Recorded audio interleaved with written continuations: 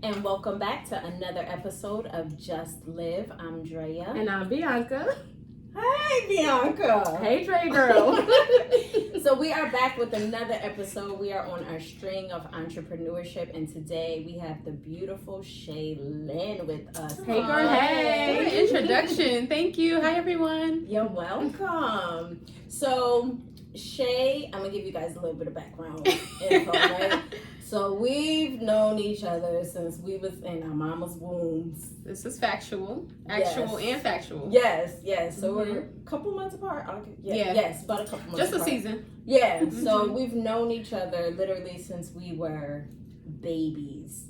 And we've got to be kind of in and out of each other's lives, to see each other grow up, kind of have some of our firsts together. We used to get in trouble as kids together. Not getting in trouble. Playing in the water hose in the front of the house, coming in the house with the clothes all wet. All that Dre good used stuff. to call me when she wanted to run away. Running away? I got my backpack. I was just going to say, not having her backpack. No, I was ready to At like go. 8 years old. I was ready to go because Penny was getting on my nerves. Carry on, though. Carry on. Getting on my nerves.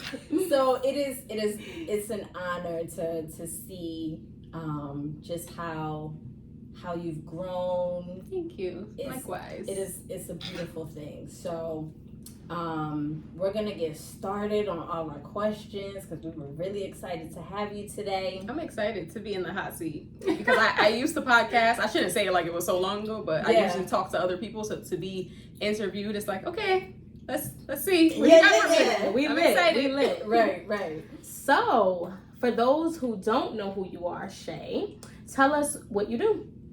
Too much.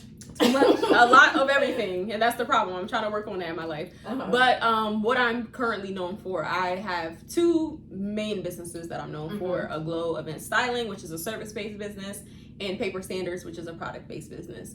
Love them both the same. They each have their own challenges, but their own benefits. So I can pretty much talk about all topics because I work in the service industry where you're kind of dealing with people frequently, and then I work in the product industry where I'm kind of creating things from my heart and my imagination and putting them out to the world. So I just have a lot of different perspectives to provide when it comes to business. And I've basically been an entrepreneur my whole life. I sold mixed CDs. We're not talking for the backdrop. Drea was telling me like you've always had like this ambition about you, and so wow, that's it's awesome. Something that I can't escape. So it's like I might as well put it into productive, actual, real life businesses because it's just in me. I can't get rid of it. So here I am. Well, we're excited to hear more, to learn more, and take tips. Thank you. So that kind of leads us into where we wanted to go next because I was sharing with her literally. So, like a lot of kids, they do kind of the same things as you're growing up.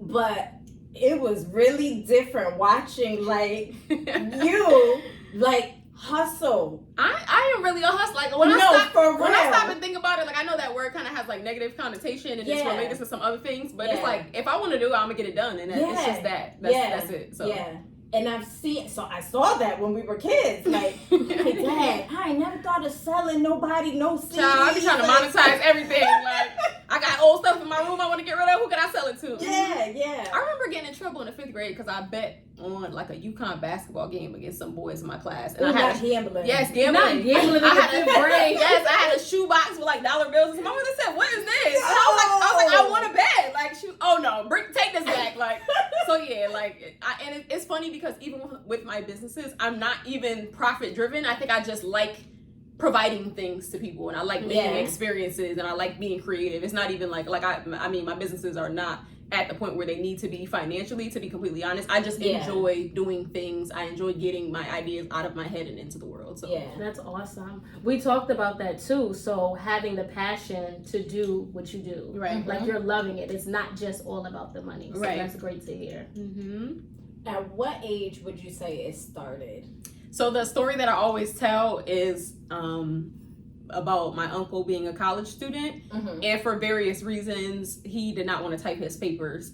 So he would lay in the bed, and this is back when my grandparents had like Mavis Beacon teachers typing. So if you're our age, then you know what I'm talking about. I remember Mavis Beacon. Yeah, that's how I learned to type on the computer. I don't know what that is. Oh, see, it's making me feel a little bit old, but it younger. was a computerized digital program with a black woman, and she taught you how to type and how to like type quickly and type accurately. Yeah. So he would sit in his bed. He actually had, because he, like I said, it was for various reasons, but he actually had a dictation machine where he had like these headphones and he would talk into it and it would type for him. Mm-hmm. But I became his dictation machine. So he would lay in his bed and I would sit at the computer and I would type the papers for him. And we had an arrangement, okay? So when I do this paper, you owe me $20 by this date. And I remember one time he did not pay me. And I told my grandmother, and I went on that same computer and I typed up a letter that said what he owed me, what day he owed me, and I tacked it to his door. And that's the story that I always tell, because I was on my, take me serious from then at like 8 or 9 years old. So yeah, I've been doing this my whole life. That's my favorite story. Yeah, I'm gonna need my money. Okay. I'm gonna email your professor if you don't pay me, but yeah. Wow. Yeah, so can you remember at any point it being like instilled in you? So I can't remember, and it's no slight to my mom. Mm-hmm. I can't, like, being a business owner was something we didn't see or we talked about, or it was like unheard of. So can you remember at any point it being instilled in you, or somebody saying to you, like, you ain't got to work? Right. It's funny because I think about it's true though. I do think about that often, and even when I reflect on childhood, I would say the only entrepreneurs that I saw, and it probably will like trigger this for you, that this is the primary entrepreneur that we saw, black women that own hair salons. But at the time, it wasn't clicking for me like, oh, this person is their own boss. Yeah. There was no other. My grandfather drove trucks until he retired. My mother was a phlebotomist. I saw my mother. She had like a certain hustle about her as far as getting things done and getting what she wanted. But I didn't see any one person where it was like they managed their own day to day. It was like go to school or learn something and get a job and get paid for it. So I don't know where it comes from. But I mean, I have a deeper thing.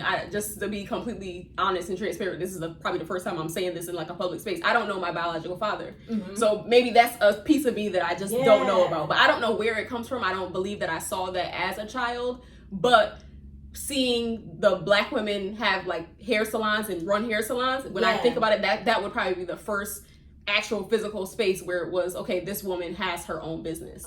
Or even like, because we like Alfonso back in the day, Tish she had like a little nail table, so she technically she might have been paying rent to him, but she was her own boss. So seeing little things like that, I don't think those things triggered me to do it, but those are the only examples that I can think of in our community. Those are that's like the primary thing that we see for entrepreneurship amongst black women. So yeah. And now that I think about it, so LaDonna had been doing hair for years. She used to be a hairdresser. She used to do my hair before it was time to go to school. We would go to her shop. Mm-hmm. And it wasn't her shop, but of course, like you were just saying about the nail tech, she paid her rent, but she was I guess even like Mona with childcare, because I used to go to her.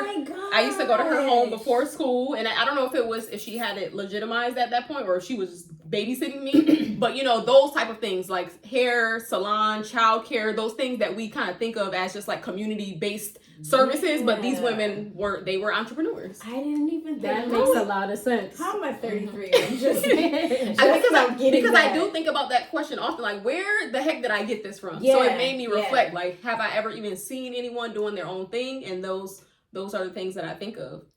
Oh, wow. So my godmother, she's done the daycare for years. I mean, like forever. I can remember being a little girl going over there sometimes, and some of the babies and stuff would still be there. I never even her home was around the corner from my school, so she basically was my before school care. My son went there when I first went back to work. I had a family referred like in-home sitter, but when that didn't work out, my son went to Ramona. She actually went back into the workforce, closed her business down, and then came back to being an entrepreneur. So yeah, it's definitely interesting to see how many people are starting businesses now in this day and age. And I hope that some of us get to that longevity point where our children will see that and notice that. For my son, because I'm doing too much all the time, he sees all that, so he knows. Like we talk about different, you can do this or this. So I just hope that we get more examples of entrepreneurs. But I think we will, because everyone, even if they go to work. 2020, like it birthed some entrepreneurs like never before, and I'm a product of it. Hello. So for real,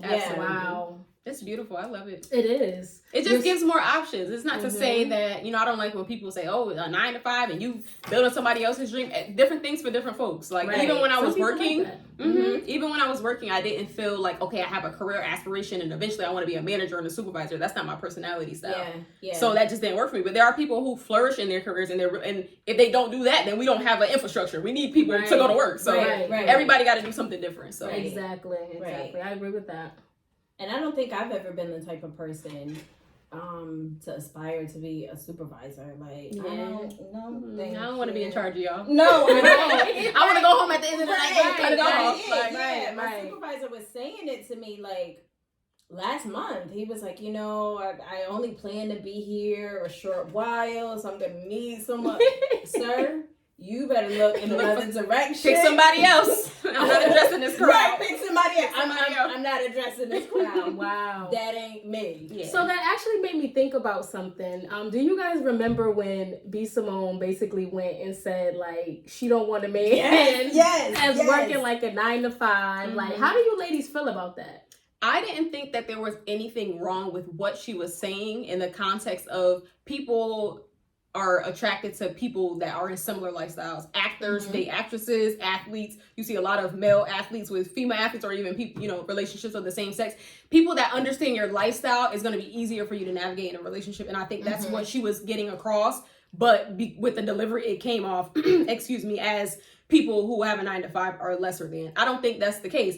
I think it would be really interesting because I did a podcast episode with my boyfriend, just hearing it would be interesting to interview people who are in relationships, either two entrepreneurs or one works and one is to get that, just to understand the lifestyle, because my boyfriend is a creative as well. We've both been in a position where we're either working and doing our hustle or just hustling. So that's where we connect that. If I had someone who did work a 9 to 5, went to work every day, and that was their schedule, they wouldn't understand me working my business part-time at night and having events all weekend. It would be like, yo, where you at? Can you sit down? So it's a matter of your lifestyle meshing with them. I don't think she was trying to say it in a negative way, but it's always delivery. So, and I thought about that because to each his own.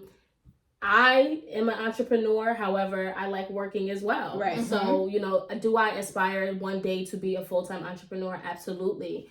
But I think it's your preference. Right. I don't think, I thought it was funny. Well, first of all, she's funny in general. She's hilarious. I thought it was funny, but I don't, I processed it a little bit more, and I definitely got an understanding of, that's what she prefers, her preference. Yeah. And I get it. Like, to me, I took it as, okay, do we have a similar mindset? Right. Like, she's at a certain place in her life and she wants someone to match that. Right. To have the same mindset, to kind of be on the same level playing with her. So I get that. It's your mindset, and then it's also your physical space, because a lot of people clowned her when she said, as an entrepreneur, I'm up at 3 a.m. Excuse me, ladies. I'm sorry. I'm up at 3 a.m.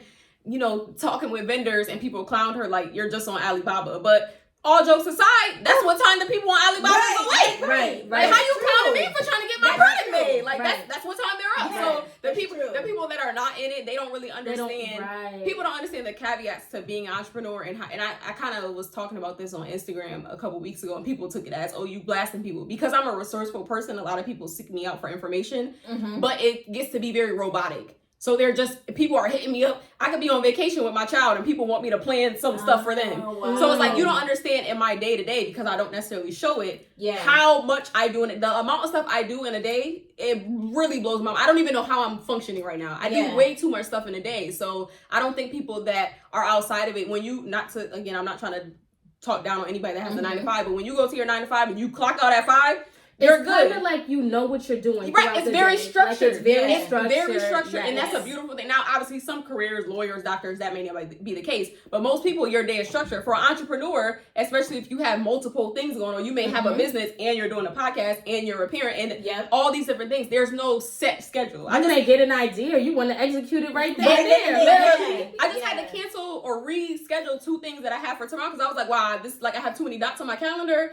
I'm not going to be able to focus and commit to all 10 of these things tomorrow. Like something has to shift. So it's just a matter of our day is not structured the same. The amount of stimulation that we face, like you said, when I get night, I'm literally, I'll be watching TV trying to unwind, and I'll hear something in a show, and it's like, oh, that would be a viral TikTok sound. My boyfriend is like, turn your brain off. I'm like, I can't. It's like, hard. Once you get going, it's hard to stop. I'm just in this mode 24/7. My phone be dinging at 2, 3 in the morning. Yeah, I'll be so even outside of relationships and saying, you know, I wouldn't want a man that works a 9 to 5. It's even your circle and your friends. Right. Being an entrepreneur and being a creative in general, whether you've launched the business or not, it can be very isolating because everybody can't relate to your schedule and your structure. I mean, that's anything that you're doing in your life, any goal that you're trying to accomplish. There's a lot of, I love to see it right now. Everybody's on top of the real estate and the investing, and the people that are locked in on that.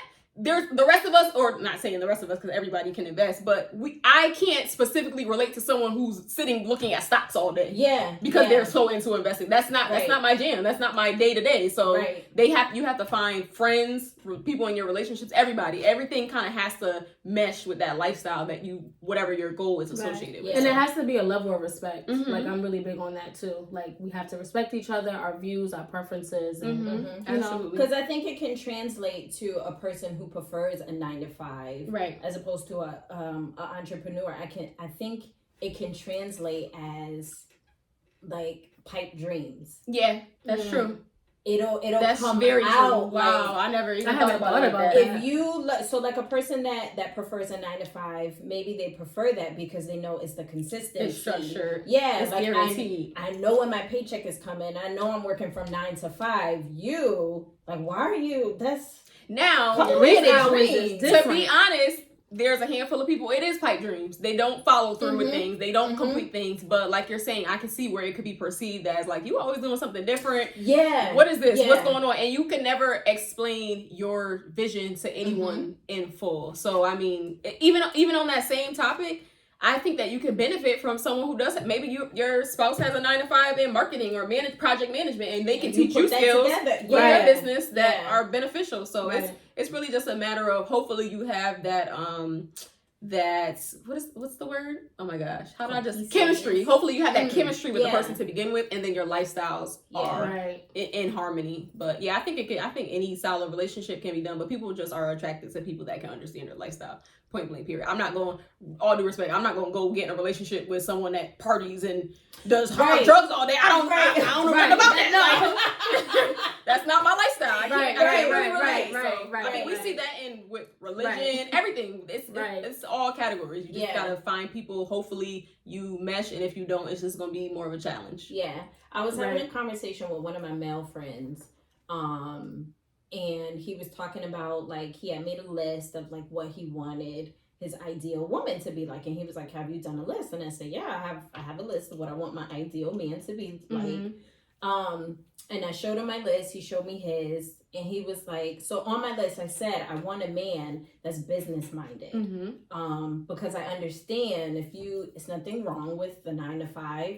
But like we're talking about, I understand how it can be perceived and what issues and tensions it can bring up in your relationship. Absolutely. And so I want a man that's business minded because that means he can understand me because I'm business minded. Right. And he was like, so you don't want no hard working man? Who said that? That's not what I said. Right. That's not what I said. And even people that are in 9 to 5s, depending on what your trajectory is in your job, you may be having the same format as an entrepreneur. You're just doing it under someone else. Yeah. I could have been an entrepreneur for 20 years and then I just want to go be a consultant in the corporate world because I have those skills. So it can be transferable whether you have a job or not. Right. Yeah.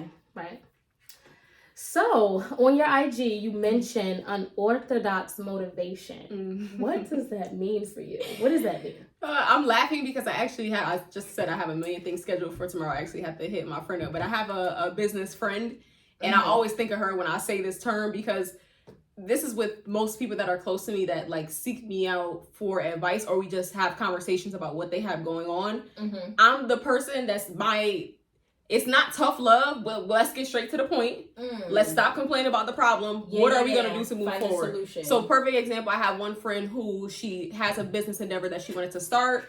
She wanted to go get a logo. Somebody told her logo looks like mine. Our businesses have absolutely nothing to do with each other. Mm-hmm. Maybe the logos look alike because they're like rose gold or something. But I'm like, what the hell does that have to do with anything? Like, you let this person tell you our logos look alike, and now it's fried your brain, and now you won't get your logo. Like, when I say unorthodox motivation, I mean, do that shit now. I don't know if I can cuss on here, but like, let's yourself, baby. Let's stop talking about all these roadblocks and people gonna think I'm copying this person and that's somebody did this already. Let's cut all that BS out. Right. You do what your plan is and move forward with it. So when I say unorthodox motivation, it's not, you're not gonna come to me and get like, oh, you can do it on the back. It's let's stay positive. Yeah. No, girl, what's the problem? You catch them. You got 20 minutes to complain about it, and then let's move on. Let's get a plan. I like actionable plans. Wow. So yeah, it can come off. It may rub some people the wrong way. Most of the people that I run into, they know that that's just my personality. For some people, that may not be the style that works for me, and that's fine. Yeah. But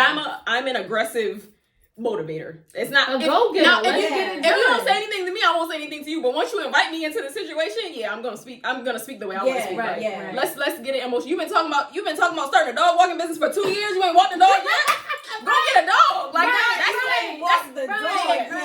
what I mean. That. So that's what it means. It's like don't come to me with the play trying to get like sympathy, because I'm not gonna sympathize with.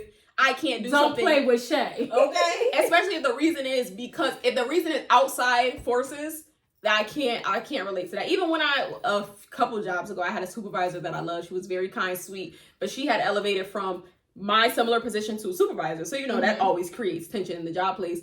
And she would just be like, I don't want to do A, B, and C because people will say, and I used to say to her every time, who is people? What people? What are you talking about? Like, tell me the names of the people that's gonna do something when you take this action. And she could never. It's just you in your mind. It's your brain telling you. Yeah. And I struggle with anxiety, depression. I get it. I get all of that. But at the end of the day, you gotta yoke yourself up and move forward. No, for sure. Because you would just be sitting around all day. Oh, somebody's gonna think I copied and Yeah. I can't operate like that. I want to speak to that a little bit too, especially with like everybody being an entrepreneur now and. I talk about this with certain people too, so like, and definitely give me your thoughts, both of you guys.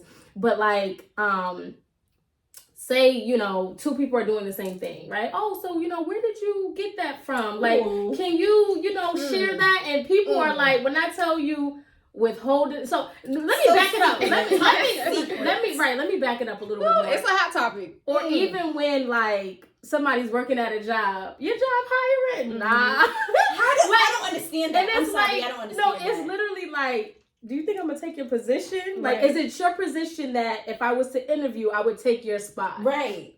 But I'm saying all of that to say, like, what are your thoughts around that? Because, everyone, I was a person who didn't think I was creative at all. We all are creative in our own ways. We all have something that we bring, right? And it's like, you're not the only person that's gonna do that this. Can do that. Obviously, think about your intentions and why you want to do something, of course. Right. But it's like, just tell me what you guys think about that, because I feel like I feel like that's us tearing each other down, right?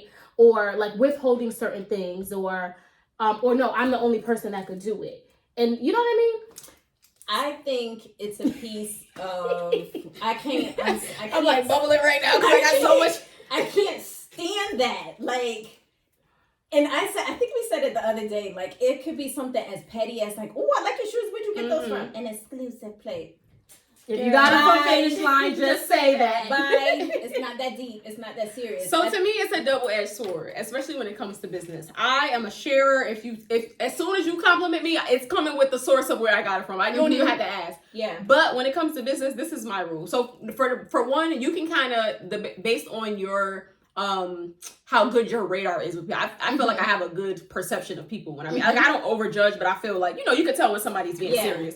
So first off, I'm gonna just decide in my mind, are you being serious or not? I can only think of one time in my life where somebody directly asked me like where I got something business related. And I was like, I don't remember. But it's because it was the vibe that they was giving me. And that's perfectly fine. There are times where you so that's the first test. So first you got to vet, is the person serious or not? Yeah. But I don't believe in being a gatekeeper. But my rule that I use is if the information that you're asking me for, I had to spend a lot of time and money and stress to obtain this information, I'm not just going to hand it over to you. And I've heard somebody say that before as well. Yeah. But if I'm selling t-shirts, and all I did was go on Google and say, Google, who got the best t-shirts? And I came up with the vendor, and someone asked me who my t-shirt vendor is, it only took me 5 minutes to come by Yeah. it, so I'm gonna share that. That's the way that I do it. Yeah. I think that everyone is entitled to ask, but everyone is also entitled to say no. But it could go either way on either side. Some people are being petty and they are being gatekeepers, but some of us, like I know in my business, if it takes me a year and a half to get to the right vendor and I've spent thousands of dollars to find that, I'm not just going to type that to you in a DM, somebody that didn't even say hi when they asked me. Like, it's just not happening.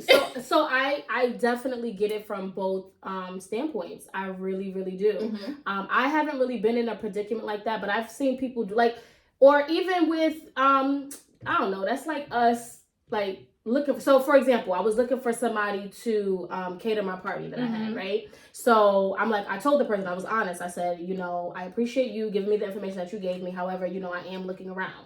I found someone that I wanted to go with, and I went back to the person. I said, I was able to find someone that kind of fit my needs. I appreciate your time.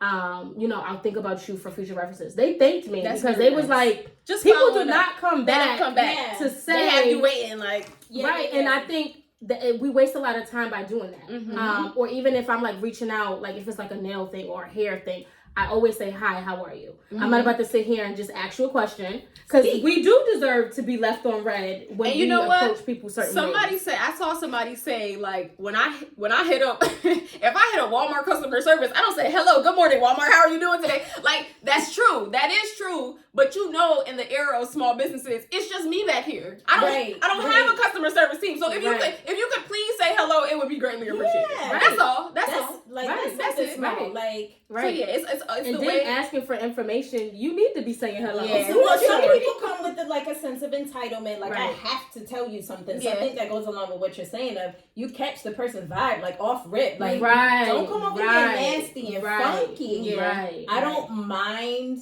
sharing, and I guess I've never had an instance where somebody somebody did ask me what vendor I was using, but like you were saying, it didn't take me like a whole bunch of energy to find the vendor. So I was like, oh, okay, just use this person, blah blah blah. But I really think it's to each his own too, because I'm the type of person, I'll share regardless, because that's just me. and not to sound a certain way, but like I can give you the full breakdown. You're not gonna do with it what needs to be done, so it's whatever. I already know you're not gonna you're not gonna flip it like I flip it, so here you go. Like, because it'd be like a year later, because I can think of a few times, and this is nothing against the people, but I can think of a few times where I gave a full play-by-play and I ain't seen nothing yet. Did nothing. But I mean, on that same token, like you said, it's a respect thing. I have a woman that I have so many like Instagram besties, Instagram friends, that I know that sounds crazy, but it just is what it is because I connect with them on the business level. Yeah. But this woman actually, she put me on to an opportunity that actually put my business in a store. Okay, off just strictly off of Instagram before we were even close on Instagram.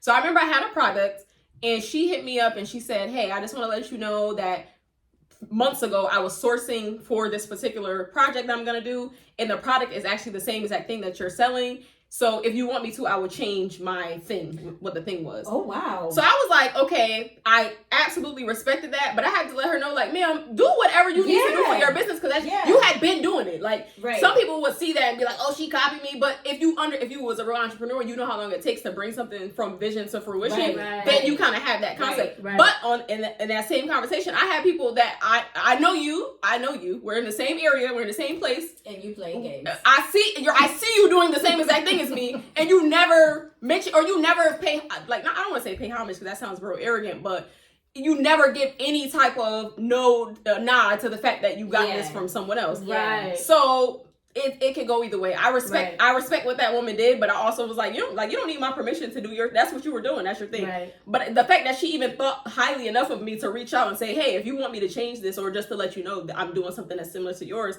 Yeah. And she came out with the product, is marketed in a completely different way. It's probably 4 or 5 times the price of mine, and it did very well. And now her thing is in a store. I went to a store and I came across her product. Like, this woman, she put me on with something. She respected me enough to say, hey, I have a similar thing to you. Yeah. Like, it just blows my mind, the different avenues that people take. Right. But then at the same time, somebody may see something I did and thought I copied, but I'm in my own world. Like, what I want to say is to that, like, that's great that she did that. That's great that, we can give that acknowledgement and different things of that nature.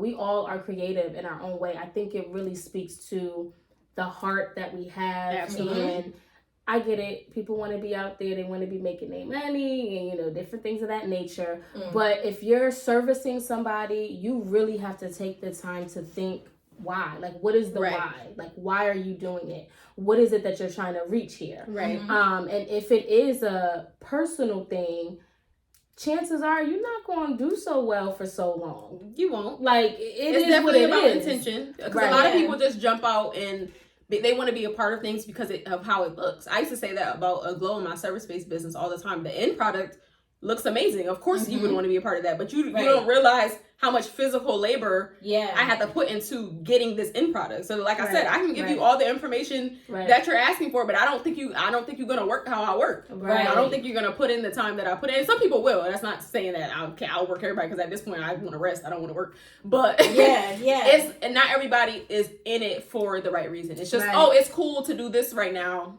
I'm gonna start first of doing all, it. I'm sorry. Go Entrepreneurship is not for everybody. It's absolutely not. First of all, you have to have thick skin. Absolutely. Because you are going to fall on your face. That's why most people won't even start. There's some people with some good ideas, but they don't want to fail publicly. The fear. The fear knocks them out initially. Yeah. Like, you have to be okay with literally soaring with no net below you. Like, literally. And then to take it a step further, when you're talking about like people and their intentions, I have come across some people who do it for the wrong reasons and it comes out in their customer service. Oh, absolutely. I cannot stand or lack thereof. Oh, I cannot. You will not get my money again. And I will tell you, I will not give you my money, nor will I give you any referrals.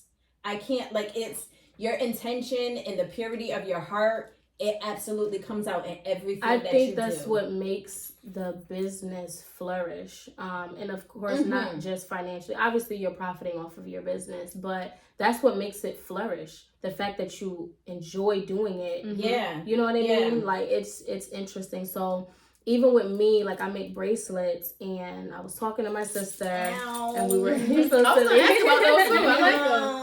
like those. And I was talking to my sister, and we were talking about like some wholesale stuff. Like, you can sell, just sell them. Like, you can buy the bracelets. I'm like, no, like, I like to make them. Like, that's therapeutic for me. I like to sit. I like to bead. I like to find different things. Like, I really thought I was not creative at all.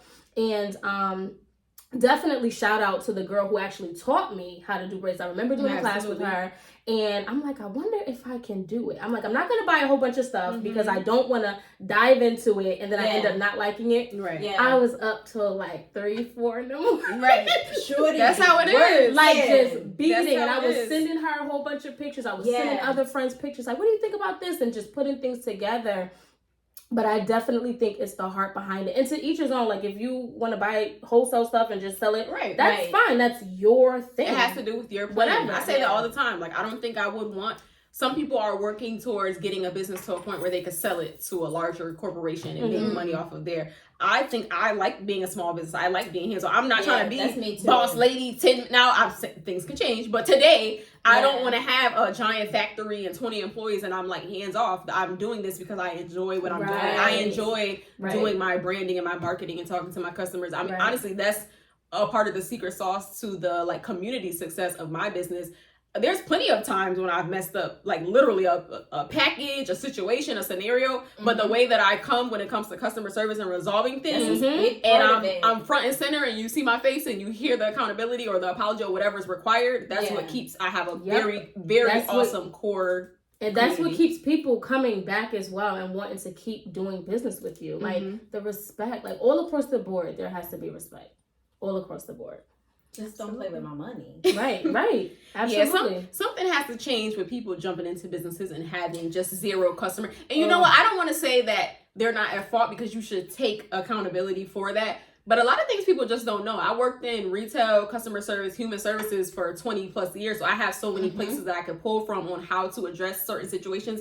Even when I see people blast small local businesses on the internet, I'm using it as like a case study. Like, how would I have... Because, you know, everybody's posting screenshots if something goes wrong. I see the business owner's point, but I also see the customer's point. I would have said this, I would have did this. I use that as like a case study for my customer service, because obviously on a business side, you have to worry about your bottom line. You cannot resolve every single complaint in a way that a refund here, a refund there. Yeah. But there are certain situations where it's more beneficial for you to keep that person happy and have them spread the word about being happy that this situation was resolved than trying to hold on to your $20 because you don't want to do a refund. Like, right. I'm just. But that's what it.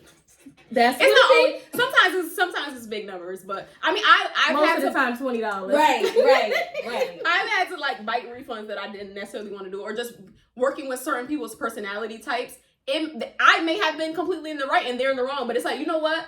Here go your money and you have a nice day. You got it, baby. You got it. Because why would I stress myself out about it? Right. I don't want to do it anymore. So right. if I gotta scrub a couple extra floors this week to make the $20 back, it is what it is for my peace of mind. So, and I love that mindset. Like that's dope. Yeah. That's dope. I think that speaks to like your intention, because you're not driven by the money. If you're driven, and this is something I'm trying to explain to my 8, almost 9-year-olds, and this is gonna lead us into our next question. As a mom, and I'm always curious about the answers from other moms, do you see yourself having a conversation with Prime and like so giving him options of what he can do? So I know a lot of parents that say, no, my kid absolutely has to go to college. No, my kid, they don't have to go to college if they don't want to. But as he's growing up and he's watching his parents do it this brand new way of like this era in the culture right now, which way do you think you'll lead him? So here's the thing.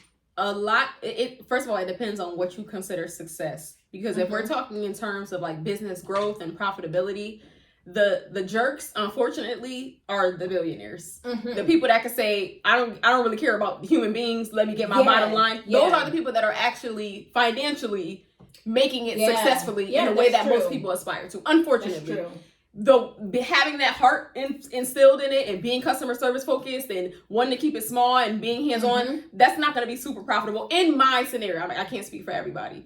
So it makes me think of when we were growing up, we always like on TV and stuff, even like on Girlfriends. I think Lynn had a boyfriend that they use the term starving artist. It's like the whole story. Yeah, it's like, okay, some of us are in business to live out our passions and kind of just have control of time. For me, success is having control of my time. That's my biggest thing right now as a about to be 34-year-old woman. Having control of my time. Money is sometimes funny. It's not always where it needs to be, but I have control of my time. Right. So as a parent, of course, you want your child to prosper financially. But let's say my child was a starving artist. I always think like artists, they can make money off doing commissions. But when an artist does a commission, that means that somebody's coming to them and say, hey, you paint this and do it this way. That's not artistry. So a lot of artists don't take. You're creating what they want. It's so a lot of artists do not accept commissions, and therefore they don't have that financial growth that some may have. So it's like, why would I? If I know, as parents, we always do as I say and not as I do. If I know that I was willing to, I've left jobs.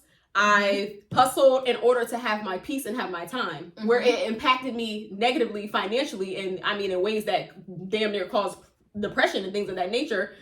But it that didn't outweigh my peace of mind for my time.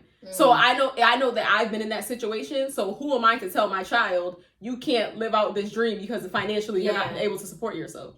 When I know that at the end of the day, of course, it would be amazing to be rich and be Kris Jenner and throw these big old parties and have mansions and stuff. But at the end of the day, it's about what you want out of this life thing. And if I know I want peace and time, I cannot have somebody telling me what to do with my time. If that means I only make $40,000 a year, then I make $40,000. I got to make my $40,000 shit. That's my business. But if you are willing to do what needs to be done to have a business that makes you $200,000, $300,000, $500,000 a year, and that takes away from your family life, that's on you. There's people that I just saw a post where a lawyer was talking about some of the top professions that she sees in divorce court.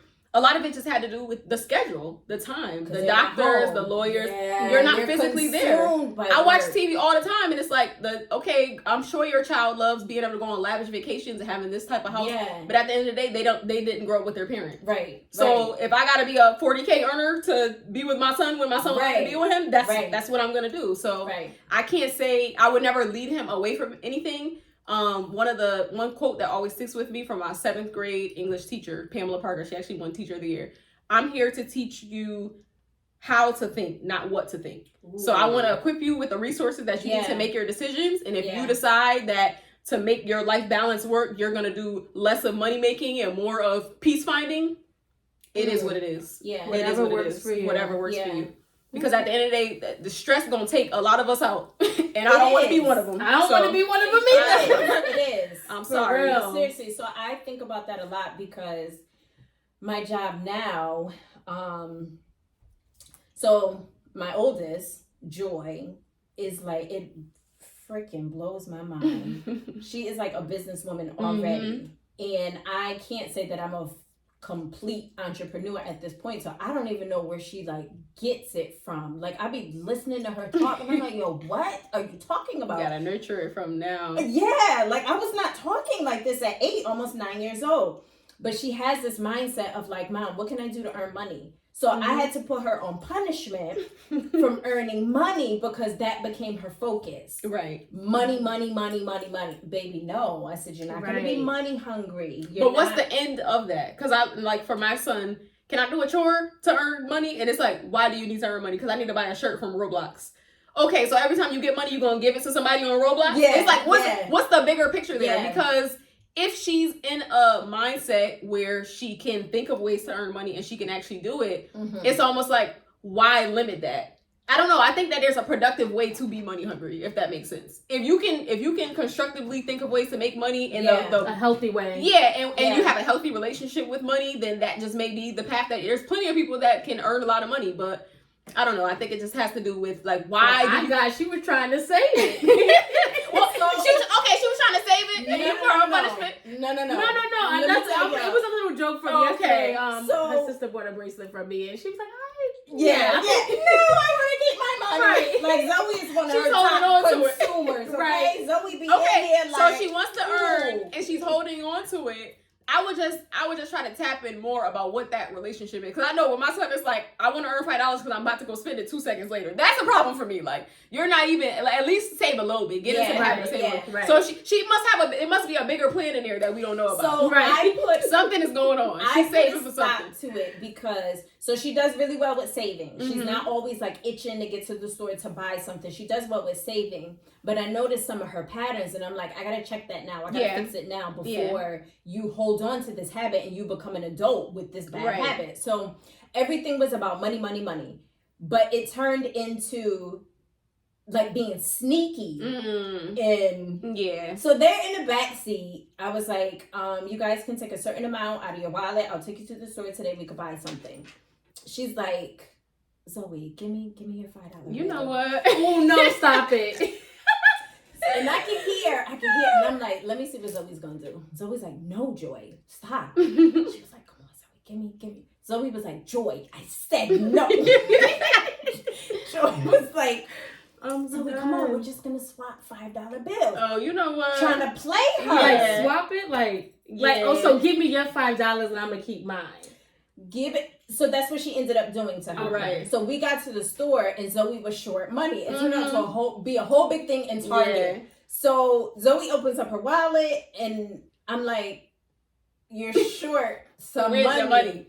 And Zoe, y'all know Zoe is emotional. Zoe breaks down in Target and I'm like, where's your money? Joy did it. Joy's like, no, I didn't.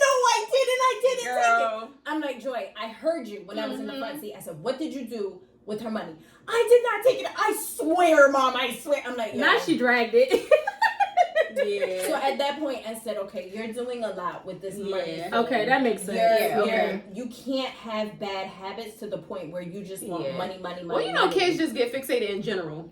They do. Like, it may just be it's like a rush for her to add on to her little pot. Like, she don't even have no plan for it. But I got $5 from my sister. Yeah. So then it goes on. So then it kind of went a little bit further, and the insight of these kids is just amazing. So then it turned into, she was just becoming like really ungrateful with everything she had. She was becoming a little bit entitled, and I'm like, you know, you guys we give you a lot. Yeah. Like, I don't think they realize. I be having to break stuff down for my son. Oh my gosh. We had a conversation with I hate to sound cliche, but money don't grow on trees. Yeah. It's like, I don't know where you think it's coming from, but for real. His father was like, you know what? I'm getting him his own, I guess the green debit card. I'm getting him his own debit card. We've been having that discussion for a while now. Well, they got the kids one. So at least you can see when you earn that $5 from me and then you spent it in 30 seconds, it's gone now. And that's like, you would have to do something else to get more. Yeah. So stop asking me for it. Right. But it just turned into, she was just becoming really, really, really ungrateful and entitled. And I was like, we have to fix this now, honey. Yeah. So, because these are the things that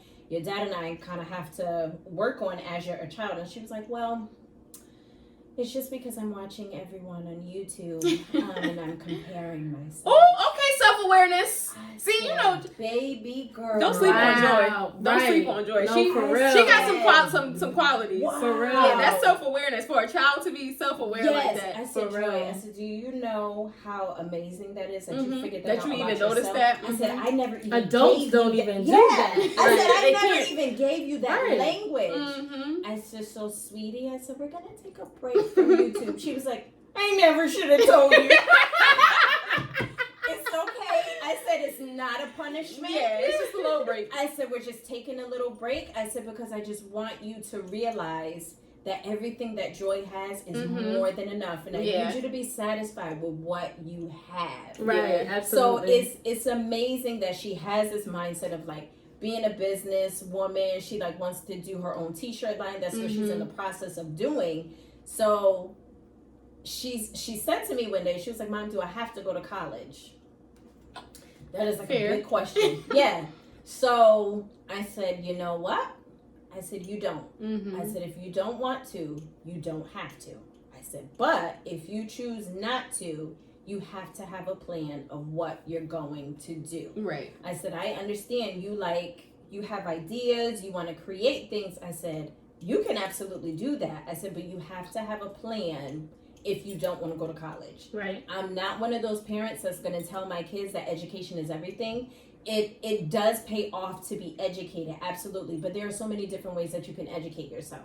And me going through school and having all the debt that I have, but I do understand for the road that I'm taking as a therapist, I had no choice. Right. But to get those credentials. But depending on what you want to do, you don't have to go to school. The crazy part is, I feel like in order for your business to be like generally successful financially and have the growth that most people are looking for, you have to be doing kind of the same thing for at least 10 years, right? So if I was doing what I'm doing now at 19, which I could have been doing because I always had an entrepreneurial spirit, but you know, I've had small little businesses and hustles along the way. If I would have been doing this thing from then I would be at the nearly 15-year mark and it would look a lot different. So it's like for the kids to ask that at 9 and 10 years old, it is a good thing because I see entrepreneurs and they're like, I'm 21, I just got out of college, and then I'm like, if I would have been doing this, if I would have known what I do now at 21, then it would have taken, like, my stuff would be in Target by now. Right. No, it would be nationally, my podcast would be nationally syndicated. Right. This would be doing this. My jewelry business, like, it would just be so much further. So being exposed to that from a young age and just having those options, I think is a good thing because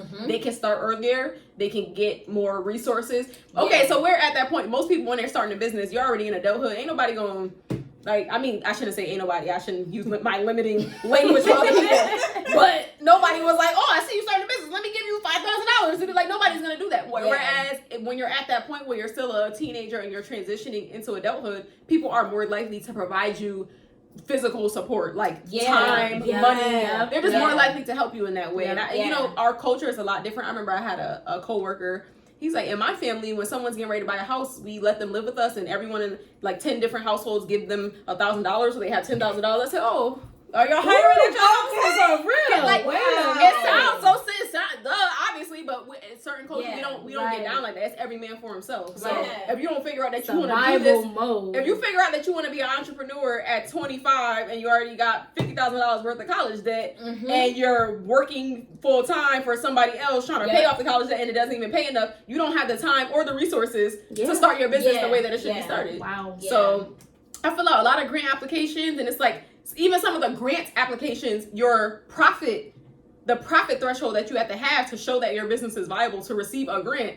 It's like who's people's out here making that after 6 months that they had a business? How? Because I get a little lunch money, but like who got that? Whose profit is that? No, but of course, my little polo addiction, So, as a culture, we're already set back. Whether people talking about the housing market and redlining, and 50 years ago they wouldn't let us get houses and loans, so we're just always back.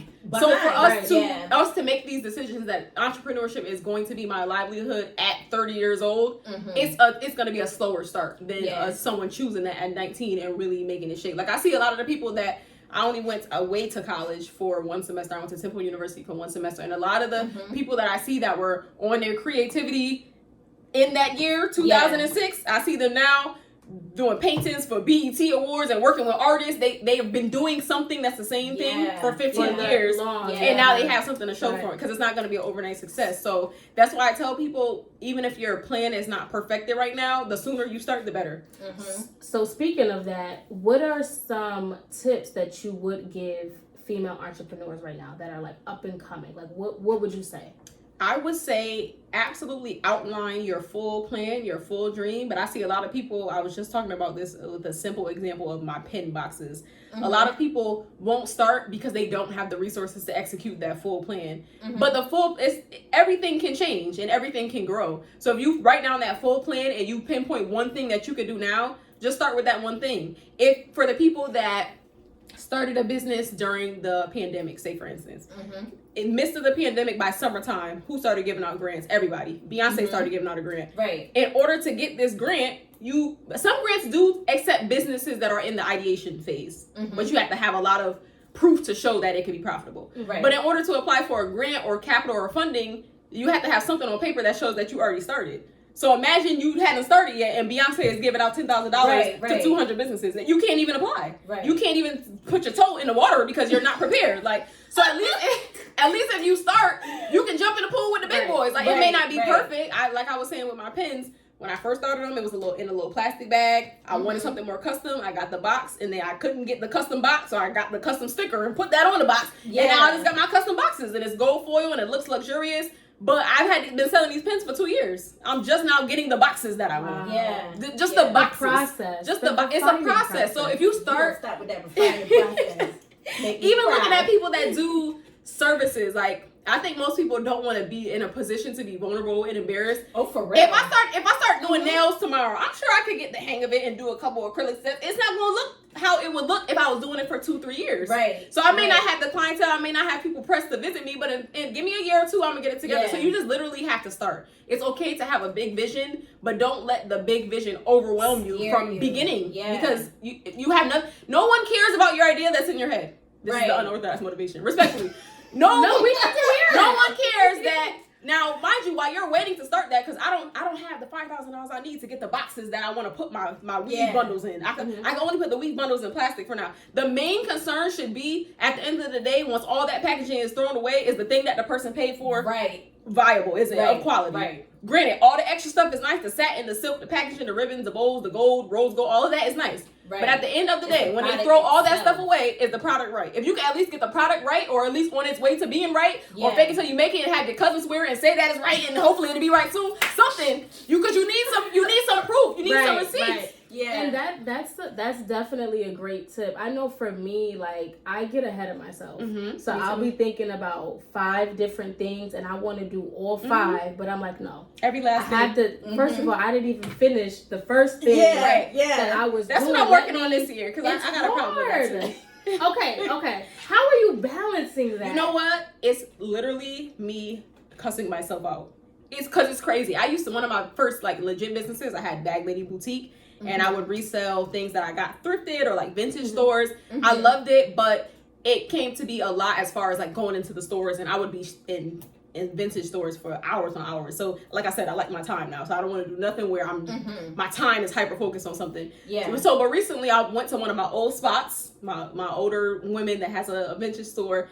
I was in there, my eyes were so wide, and I bought so much. I bought so much stuff. I was like, I'm not even in that phase in my life where I'm wearing the same type of jewelry and stuff. I'm pretty like simplified. I was like, I'm not gonna wear all this stuff. Let me make an Etsy shop. I can do this. I can now. Literally, I can whip together a brand in about 2 hours. I can have a business card, logo, and it's gonna be fire. But do I need to do that? Don't I have some other stuff I could be doing right now? Like, I literally had to be like, shit, now, like out loud. I know my boyfriend's not be like, this girl really be talking. I'd be like, Shay, now come on, relax. Come on, let it go. And it's hard. It's so hard. That's why I said, like, Joy, she might just be fixated on the idea of it. I get so fixated because I know. And I think this for me, I need to somehow, some way when it works for my schedule, really flip that into like consulting for other people because I get so excited. Like even when I go to, I know there's a girl that used to do my hair in a group setting, so it was like a blow dry bar. And I was like, girl, you need your own place. This is when suites had first started becoming popular. Everybody had suites. Girl, get a suite, get you some branding, do this, do that with your logo, make it an experience. I'm telling her all this. I know she doing my hair like this lady don't shut up. Like I'm building out the whole plan. I do that with people too. Oh my gosh, crazy. I think it's a mental illness that we have. I'm so sorry. You can do this, you can do that. I say it all the time, and it's not to like poke fun at mental illness, but I don't know how else to phrase it. It's something in our brains that we cannot turn off that says, oh, you could do this and this. My son I have an email address for him, and it's like his name with closet at the end. And he was like, why is my email address this with closet? And I said, when I was pregnant, I figured that you was gonna have clothes that needed to be sold after you grew out of them. So I had got you the domain. I got you the domain. I got you the email address, and I was gonna sell your clothes. But then once you become a parent, you don't got time for all that stuff. So I just gave them to like Goodwill or something. But like that's how my brain works. As soon as I think of it, I'm getting the domain, I'm getting the Instagram, I'm getting the MySpace, I'm getting all of it. Because I never know when I'm going to utilize that idea. So I had to literally pull myself out of the fire like, yo, we gotta. So that's really what I'm working on this year. Saying no to helping other people because I can't help it. So if you mention it to me, I'm gonna start spilling what you should do. Saying no to other people, saying no to myself when I come up with new ideas. Really honing in on what am I doing and how can I do it better. So if I have paper standards, it's absolutely not where it needs to be. But that's because I'm trying to do 10 other things at the same time. If you just calm down. And at least get the foundation right. Like, all right now, you calm down, Bianca. And you know what? But you know what? I think the thing about you right now, though, I love your motivation. So because we're doing this together, so we started this at the end of 2020. Okay. Wait, no, one? No, it was 20. The time is flying. Right.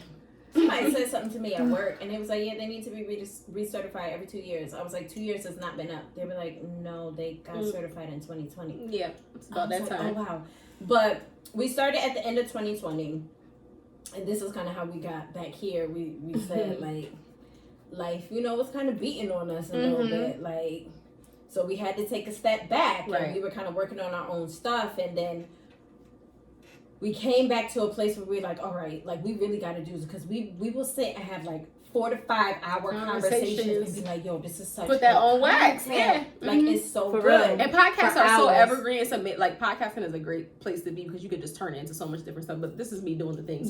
So we're there, honey. We're already there. Right. Right. But since we've got started with it again, like your motivation has been so dope. Is not where it was a year ago. I know that much. That's how it works. Right. Yeah, but look at how it is now. I have peaks and valleys. Like I just did now YouTube is my thing now. Okay, so I said I did podcasts. I did so many different things. But YouTube, the reason why I like YouTube is because with podcasting, it's a lot of scheduling. You have to interview for other people. YouTube is like whenever I have myself together, I can just do it. But I did a YouTube video about just being depressed as an entrepreneur, as someone that is a creative, and I was in a slump with my business. I literally didn't do anything for 6 months, and in that 6 months, I know it was a general slump because I had the same toe polish on my toes for about 6 months. Okay, I said this in the YouTube video.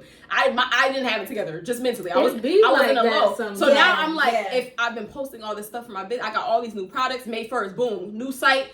not rebranding, but just like a refresh, and I feel that energy again. It's like when you're a creative, it's going to come and go. So when you're on that high, you just have to ride it out and hopefully put systems in place that allow your business to work for you when you can't work for yourself, because there's no one to take your shift when you call out. Right. If I don't log in and if I don't get on Instagram today, and I don't post my product today, and I don't have a formal marketing plan because I don't have a marketing budget right now. So my marketing plan is talking to my existing audience and getting them to tell someone else. That's what it just is what it is right now. Yeah. So if I don't clock into Instagram, I'm not hearing no ka-ching. It's just not happening like that. Right. So that's facts. It's hard to stay focused, but it's like once you are focused, really ride that wave.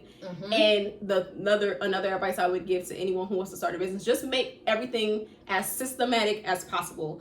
So people really are just not resourceful, and I think it comes at a loss to a lot of people, because if you are more resourceful and like taught yourself what systems you could use to help you, you would have to do less work. Like I see people, you're selling stuff, but you don't have any type of website. Like how are you're really keeping up with all these DMs? That would drive me nuts. Like, first of all, so this may not sound the greatest, but I don't want to do business with anyone where you do all your business through Messenger. Chaotic. That's where the funniness comes in too. So like I was telling you, it was a guy who requested me on Facebook the other day, like my friend, I'm just not that great with social media. Like, so I keep saying this, like I'll do the social media. She is the pilot for social media. You gotta know your strengths and weaknesses. Yeah, she got that. She got that because that's not me. But he sent me a friend request, and I was only interested because his name was something like graphic designer or something. And I was like, oh my God, I've been looking for a graphic designer. And we started talking. I gave him some ideas of what I was looking for, and he was like, okay, I'll require 50% deposit. So I said, okay, no problem. Can you send me a contract? He was like, I apologize, I don't have any contracts. Okay, you have a nice day, sir. You have no 50%. Hello. I said, okay. I said, well, and it takes 2 minutes to Google graphic design contracts. And that's what I'm saying. People are just not resourceful, and I don't know if that's something I see a lot of people these days saying. Schools need to teach financial literacy. There's a lack of like common sense and basic research skills. Like I don't know if everybody else had to, but I remember being in college and having to take like you know how the library books have them little numbers on it. It has a name, like the Dewey Decimal System or something like that. Like I was like, what is the purpose of this class? But it just really taught me that if something has a system, it's easier for you to navigate. If you went to the library today and there was no numbers and no headings and it wasn't alphabetical order and you wanted to find Barack Obama's new book, like where would you even start? You need a system. I think that definitely, and it's not to say that if you don't have a contract, you don't do business well. I'm not saying that. Yeah. But I think it really speaks to... She didn't say it, but I will. If you didn't have it yesterday, you still have time. Yo, I love her. Google it.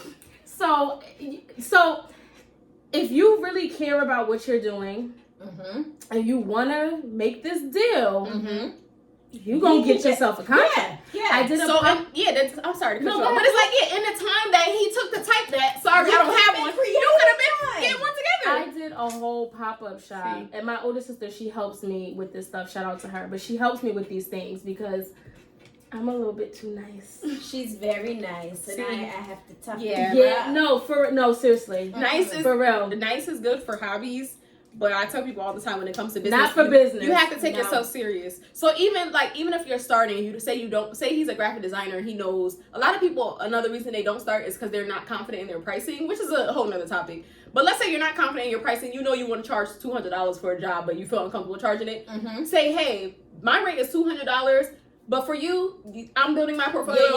I'm gonna do it for $0, but I'm gonna send you an invoice that said $200 and it's striked out and it has that 0, so you at least know the value of my time and what I'm doing. Right. Because when you tell people, oh yeah, I'm just starting, I'll just do it for you, which I mean I'm guilty of it too. I just do little things here and there, but letting people know the value of what they're getting from you, you'll start to take yourself serious from the beginning. Like like I said earlier, if I wanted to throw up a jewelry brand, I can throw it up in 2 hours. But most people don't know the steps to go through to do that. But then it's also, you're not resourceful, because if you just went on YouTube, you can learn how to use Canva. You can learn how to throw a website up. You can get a free website from squareup.com. It's just so many things. But you have to take it serious from the beginning. Even with the Be a Nice thing, I totally understand.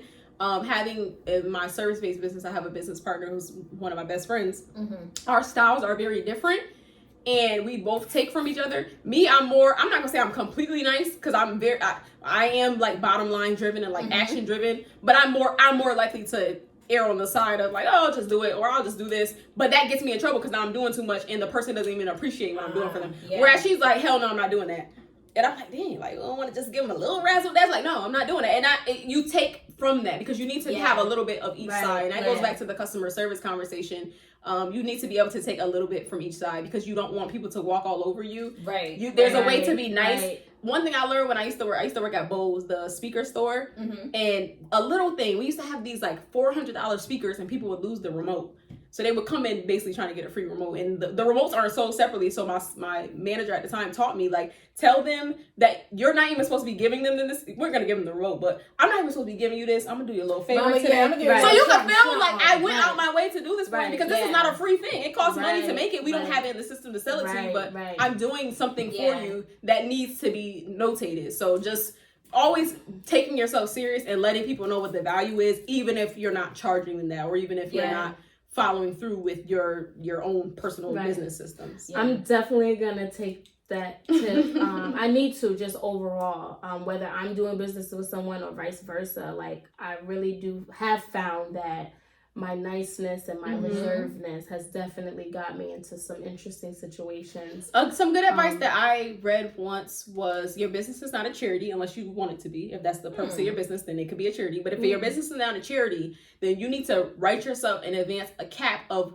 all the free things that you're going to do. So I know if I make 100 bracelets in a year, I will give away 10 for free. Once I hit that cap, hey, we've met our, like, just have it in your mind already in advance. Because it's okay to do those things, but let people know that, you know, like when people ask us to, once you start having a product-based business, everybody going to ask you for their giveaway or their event for gift bags. Can you donate this? Hey, we've met our donation maximum for the year. Our thing will reopen in 2023. Yeah. Holla at us then. Ooh, because I did my part. Yeah. I donated to people. You just wasn't one of them. Right. And try again next year because that's what big companies do. When I have events and I'm asking for sponsorship, if I go up to Dasani right now, hey, can I get some bottles of water for my event? We've already met our donation. That's what they'll say. That's the language that they use. So even just being a customer to big companies, you'll learn a lot of the ways that you can get around being too nice, but being very direct with people that are asking for free things. Right. Yeah. I did a pop-up shop a year ago, and my sister taught me this. Ask for a contract. We had a little sticky situation. Yeah. And he gave it to me. Yeah. He gave it to me. Always. That's somebody that's about their business. And it wasn't anything extravagant. Yeah, I think that word just overwhelms. Right. Now, of course, when we get on the technical side, because a lot of us are like do-it-yourself business owners, there's definitely some contracts that we use that are not, they don't really hold much weight, but at least, hopefully you don't get to like the court side, but at least just in that relationship building with a person, they say, oh, this person is serious. Yeah. I at least have the expectations written down. And I know what I'm supposed to be doing. I know what they're giving me and what I'm giving in return, and it's very clear. Yeah. So it may not be the perfectly like legal contract, but give me something. Yeah. I kind of look at it as a little bit lazy. Like if a customer is asking for something, you're just like, no, I don't. Yeah. You know how I looked at it? I didn't even think he was lazy. I just thought he was a scammer at that point. Oh, right. Because if I ask for a contract and you say, I'm sorry, I don't have any, and I say, okay, I understand, but I don't do business if I don't have a contract. At that point, if he was really legit, he should have came back. Well, give me a few minutes. I'll draw you up something. No, Shorty was like, he was like, I'm sorry. I'm a small business. And that's not an excuse. I was like, aren't we all? This just made me think of before we started recording. I was telling you how a 14-year-old DM'd me on Instagram and said, hey, I'm starting a business. Will you be one of my first customers? When she initially hit me up, I said, sure, send me your link. She said, oh, I don't have a link yet. I'm still building my website, but I accept Cash App. I said, okay, I can appreciate that. Link me again when the website is done. I don't make purchases on Cash App. Yeah. When her website was done, 14 years old, she linked me and I was her first customer. Yeah. It's like, respectfully, I'm not sending you money on Cash. I don't know you from a can of paint. Like, you're not about to play with my so you have to take yourself, I don't care who you are, I don't care how small the business is. If you're selling cupcakes, get you a Google Doc. Take your orders there. Send them the outline. Like there's so many free tools that you can use to at least appear legitimate. Like let's do the bare minimum at least. Wow. Right. Yeah. I'm a big person that I don't play about my money. Yeah. I work very hard for my money. Because once you hand it over, that's on you. Yeah. It's on you. Yeah. Like you have to be a conscious consumer. Once I get this money over, he was gonna play me, and it's not today, baby. You're not about to get my coins. And it's kind of hard too, because you can't never tell when you're doing something on Instagram. Like you're telling them your vision and what you want, and you're just hoping that it's getting executed. Yeah. And you got to send them the money, and they got to send you the product. Yeah. And that's that. Creative services are very tough too, because you know what you want and you know what you expect, but you're not a graphic designer, and they are, but they don't know what you want. That is hard. Right. It's hard to meet in the middle. That has been a hard thing for me, because I'm trying to explain what I want, and then when it comes back and it's not kind of what I envision, I have to give my respectable notes of, because at the end of the day, I still am paying you, so I want my product to look how I want it to look. But that definitely is hard sometimes in translation. Yeah. Right. So we're coming to the end of this episode, and we usually do a segment called Talk That Talk. Okay. So we've been talking that talk already. We really have been, which is crazy. Yes. We really have been. Yes. So I'm gonna grab my phone for a second, because I did put it on my phone. Okay. So we were going through, this is kind of what we're learning, like when we have a guest, kind of vetting them, going through their Instagram. Okay. My Instagram is a mess, but okay. No. I'm scared. No. It's you. Oh, yeah. Absolutely. I'm a mess, so it's on brand. So we found something that we wanted to highlight, something that you put on there. So it was a memory that you had, and it was a post that you put up in 2012. You said Monday morning. 2012? Yes. Wait a minute. Hold on. I am not the same woman I was 10 years ago. Oh, Lord. Okay. Yes, all right. Dug up some stuff. Okay. But it was so good. Okay, good. All right, I'll listen, because I don't know who that girl is. Let me hear. Let me hear what she had to say. So you said, Monday morning thoughts. You're not offered opportunities unless you have experience, and you can't build experience if there are no opportunities. Have to break the dichotomy by creating your own opportunity and developing your own experience in the meantime. And then at the bottom, you wrote, this concept always blew me. When you create your own lane, you get to experience as much as you want, as often as you want, without waiting for someone to tell you you're qualified. Don't get me wrong, it is difficult, teaching yourself, paying for your mistakes, literally and figuratively. But I like my difficulties to be in my own hands. Shorty was talking. Wait a minute. Yes. Talk that talk, you know what? So first of all, let me just. Was that Facebook? No, this was on IG. Oh, you know what? Because I copied it from Facebook. Okay. Yes. So let me just give some background, because I know when I'm talking to people, I feel like people have a perception of me that I feel like is a little bit off. There's people that I know in real life. Like one of my friends, I was like, yo, I haven't seen you in a while. Like, come by my office, let's chill. And she said, like, I don't have my stuff together enough to come to your office. And I'm like, I don't know what y'all think this is, but I'm a regular. Like let's bring it back. So I think I had a different Facebook prior to that. So like you said, we've known each other quite some time. Yeah. So especially in the younger, like the 21s, that's when I had my different Facebook, and I remember like. I think I stopped that Facebook page because I was at the end of like my first long-term relationship. I have never, I shouldn't say never because I'm about to tell you the time I did it, but I have pretty much never subbed anyone on the internet. And I can tell you the one time I subbed somebody is my old, way back in the day. Yeah. I had, once a good girl's going bad, she's going forever, more forever. You got to live with the fact that you're And after I posted, I said, girl, ew, like delete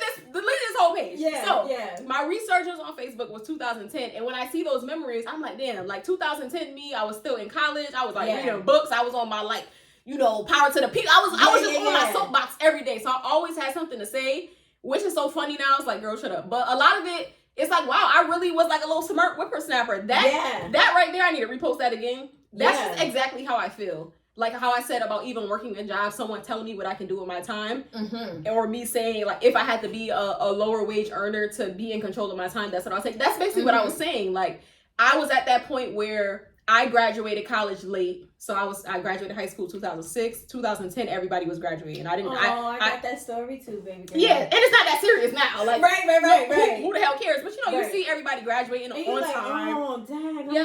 I was 2010. Me. Everybody's graduating, and you have this big plan in your head. When I went to Temple University, I was going to the undergrad social work program, and then I was going to go to the accelerated graduate program. So I was going to do 5 years at Temple. I was only there for 1 semester. So at that point in my life, I was like, I'm behind. I don't have what it takes. Like, I'm not matching up with everybody else. So by the time you hit 2012, when I finally did graduate, I wasn't getting the jobs.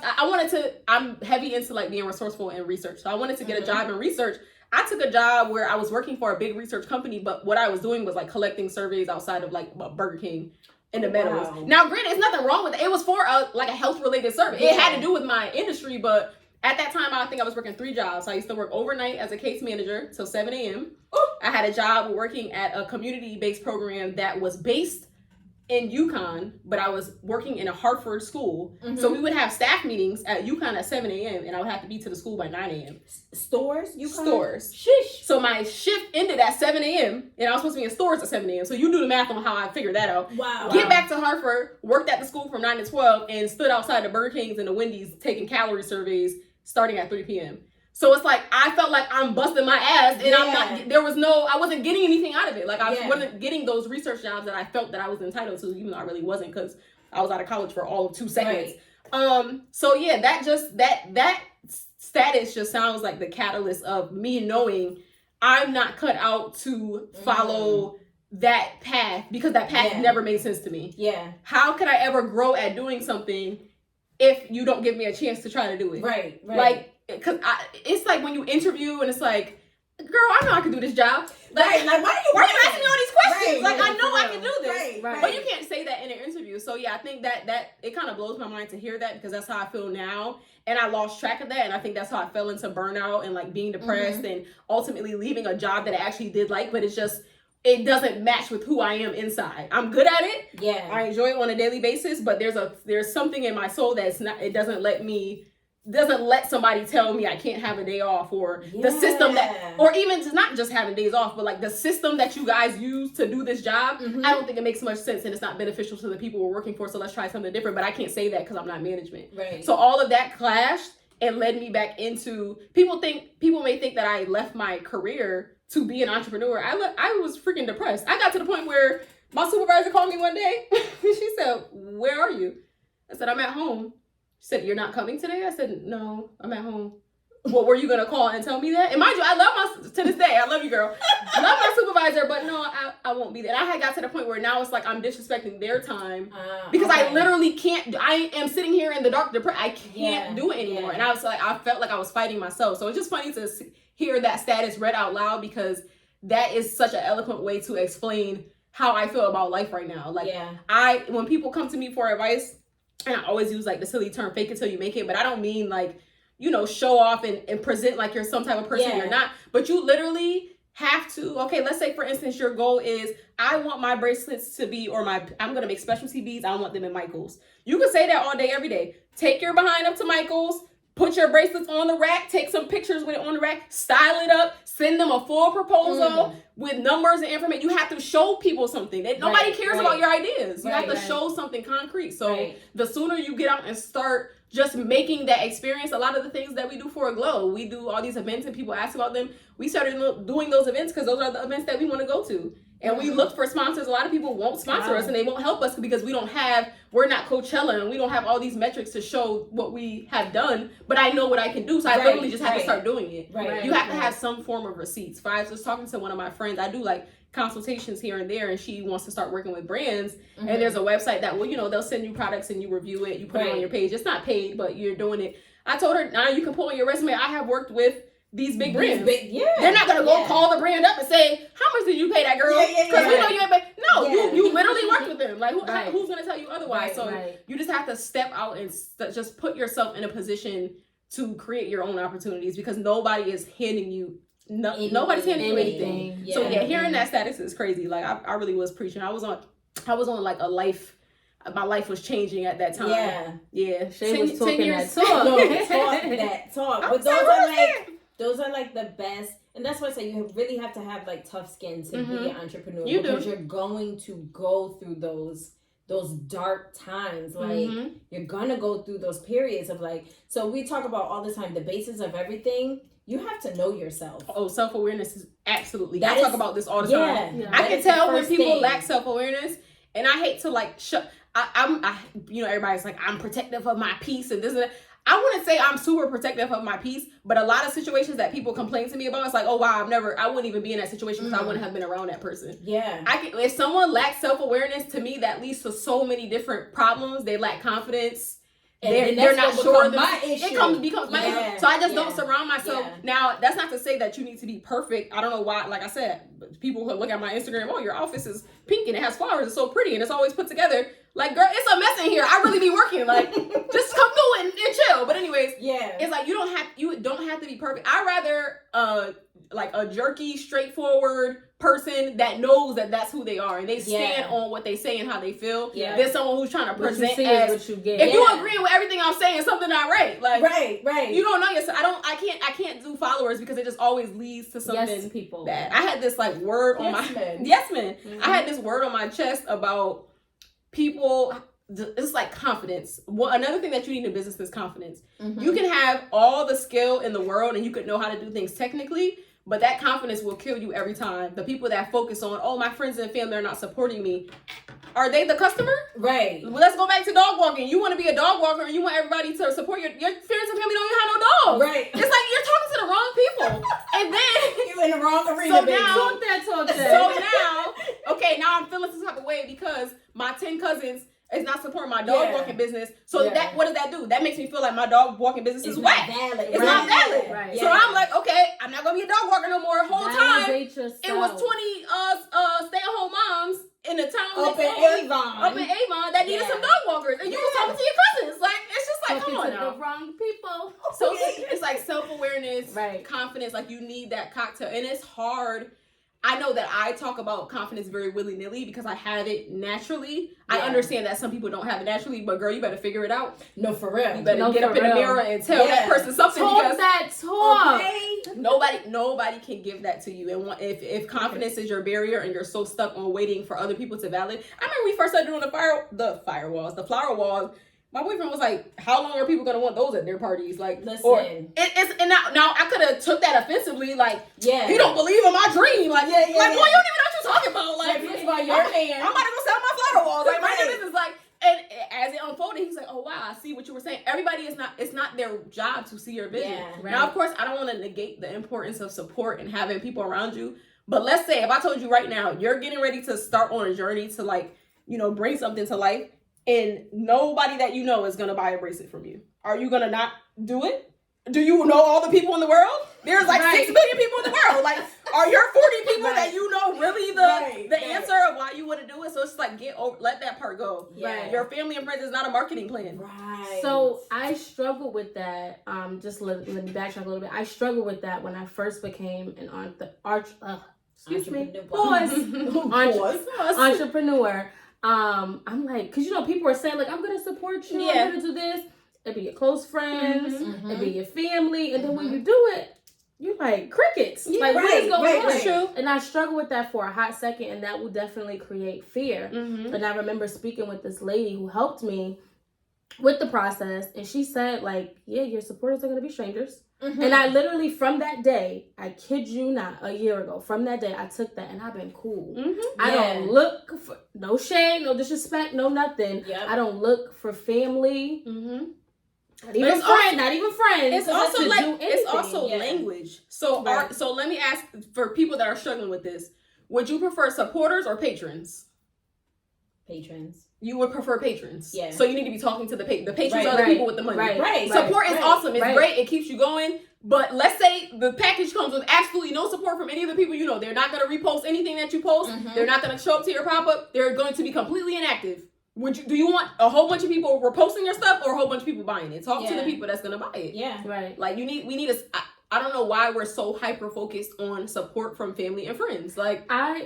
So for me, like, I love to connect with strangers. Not that I don't love to connect with the family and shout out to the family that do support me, but I love to connect with strangers. It's like a different type of appreciation that they have for your gift, they don't for have your to craft. do anything. Right. And it's like they're so intrigued with it, and they keep coming back. Like I love to service those type of people. Like it's crazy. And I was talking with somebody about a family member about like just the lack of support with family and kind of just saying like it is what it is. Mm-hmm. Yeah. Like so I know for me, I do what I do because I have a passion for it. I love it. I enjoy it, right? Right. And even when it comes to like the podcast stuff and like sharing certain stories and being transparent, like even for the podcast stuff, like it's healing for me. Yeah. Like yeah. For you too, right? Like Absolutely. it's like people don't know the struggle behind what the person is doing. Like you can see like, yeah, they're doing a podcast and like whatever. Yeah. Not knowing that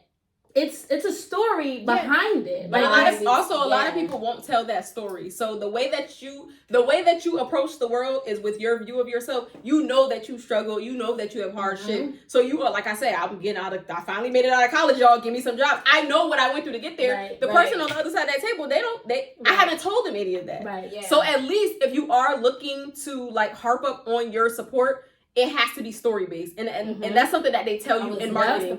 People are not buying a product; they're buying a story, and they're buying a feeling. So if that literally say that, if you want to focus on that, which it's nothing wrong with focusing on that. If you want to focus on that, you have to tell your story more. And most people don't feel comfortable doing it. It's like, hey, buy this, buy it. Why? Yeah, why? For what? Because why? Like why? Right. We're not. We just pop out and we're so excited and we're come support this and come do this. And that's the thing too with the entrepreneurs that lack the customer service. Buy this, and it's like, sis, or you supposed to, or your money, or whatever, and it's like, no, it starts out with, hey, love. look, oh, you silly to me, and you was mean as ever in high school. Don't hate love me. I am not your love. It's also frequency too. So like me, like I said, I don't have a formal marketing plan, but I know when you like read things about branding and marketing, they say, I think it's the rule of 7. Someone has to hear about something 7 times to like take action on it. So I know like with me, with my business Instagram, if I have a new product, I have certain products I have either never posted about them or posted them one time. That makes absolutely no sense. That's why it's still sitting on the shelf and it's collecting dust. You haven't told anybody. We know it from our perspective. Like we know, okay, when it gets to my website, it's there, but I haven't done anything to remind them. Right. Now there's a spectrum. There are marketers who they go hard, they in your inbox, they talk to you every day, they're all sending mad emails. I think you can find a balance of what works for your community, but you have to be willing to tell people, like you have to tell people about what you have going on. You have to speak about it frequently. For real. So I'm even learning that. Yeah, that's something that I struggle with, and you always reminded me. So she's always like, you know, you could say more stuff about your book, like. Girl, I mean, promoting them. Are you gonna post? As soon as I see somebody like, actually, I never sent. That's crazy. I never sent the girl the book. I got her address and everything. I'm like, yeah, you should read my god sister's book. Like, 'cause she was kind of talking about some childhood traumas and just things that still show up now. And I said, there's so many people who have a story, and I hate to be that person that's like infringing on your personal story, but I was like, you really should write a book because I could tell that you want to talk about this. And she was like, I don't really feel comfortable yet. And I was like, well, my god sister just wrote one, and it's very telling of her. Like, it's very vulnerable. So maybe reading that from someone who we all come from the same area and we're like similar age, it will just inspire you to, even if you don't put it into a book today, at least start writing it down. So when you get that courage, it's already there. You don't have to go back and think about it. I think a part of it is because I didn't do it for profit. I didn't do it for money. Yeah. I did it, number one, because I read that thing in 24 hours.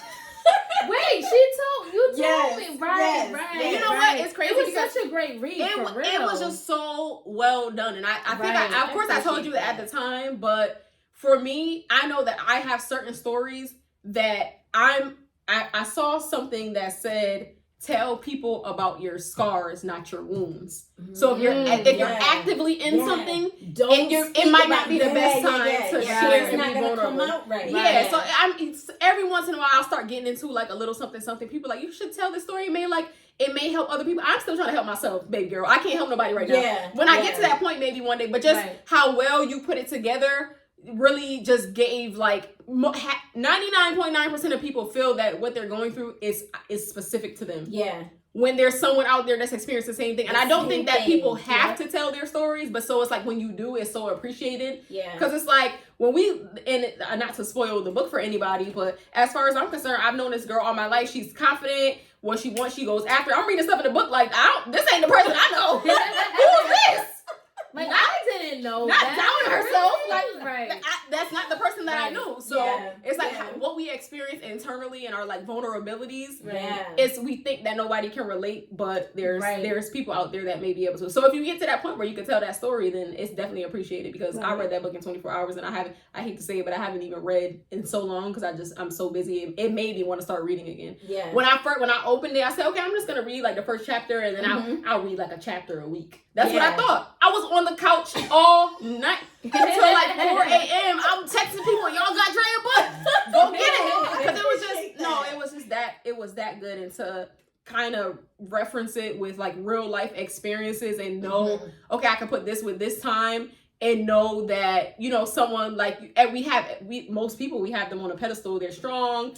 They don't need help. They got it. It's like, damn, I feel like could I have been of more support? But then there's times like that in my life. It's like, if you don't ask me, I'm not about to tell you what's going on. So you just wouldn't know. You would have no idea, unfortunately. So I literally did it because, number one, I needed to get it out.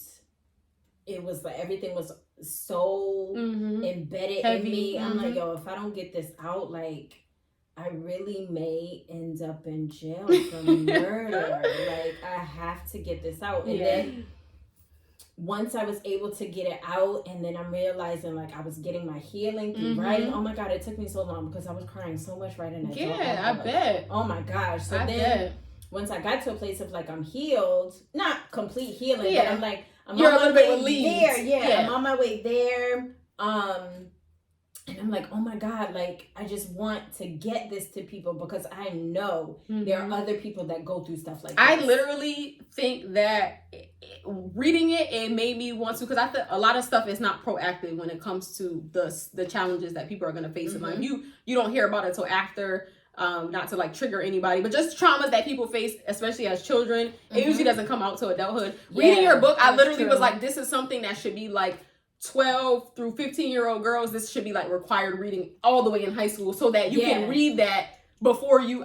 Me as a 35-year-old woman, like, I went through that too. It don't make a difference now. Like, it's nice to read, but I can't really. It's not as impactful to me as it would be to a 12-year-old who's experiencing life changes. And we at 12 through 16, we're not listening to what the adults got to say. Right. Hopefully, you have like an older cousin, a bigger sister that can like school you to things. But just having that like memoir of from you being a baby all the way up into being a married woman and going through everything that you went through, it needs to be given to youth. And I know it's topics that people don't want to talk to children about, but like my career, before I left my career, I worked in public health, and I worked with sexually transmitted diseases. We did a lot of screenings at high schools. I would have to inform a lot of youth about their status, and based on the laws, like if you're 15, I can just talk to you. So if I'm talking to a parent, if I'm talking to a 15-year-old and I have to come to the home, the parent is like, we go to church every Sunday. I'm like, girl, what that got to do with Monday through Saturday and Sunday evening? Your child has an STD, and the reason why, not the reason why they have it, but they're uncomfortable speaking to you about it.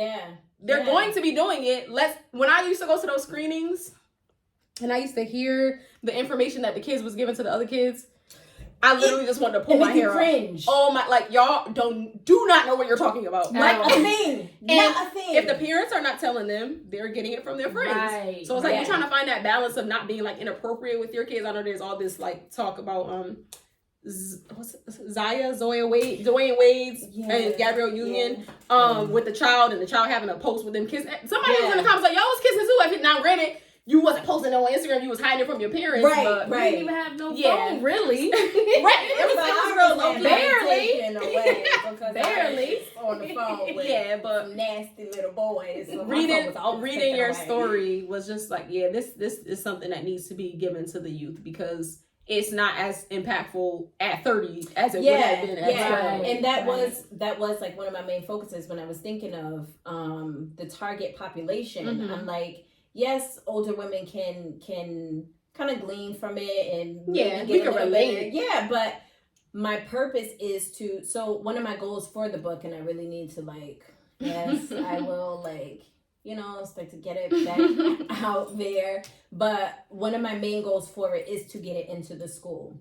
Now, I feel like my only barrier with getting it into school is because there's a piece of my spirituality in there. You know, schools, they back up off that. Oh my God, don't talk about God in school. Don't talk about God in school. You talk about everything else in school. Right. So why can't we talk about God? Talk about it. Yeah, so that's one of my goals to get it in there is because if you're reading it at 30-something, it's kind of too late. Like, too late. I want the young girls you gotta get them in there. Yeah, to read what I went through to some kind of hope, because yes, they are going to do what they want to do, because I did what I wanted to do no matter what nobody said, but that's the main purpose, is to save some of these young women.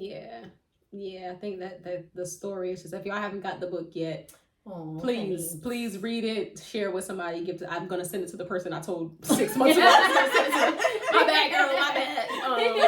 But yeah, definitely, I'm so proud of you for doing that. Like, thank you. That was big, and for me, it's like that kind of like reignited in me that I have a story that I want to tell, but I don't feel comfortable telling it. And it's not, it doesn't always have to be like super dramatic.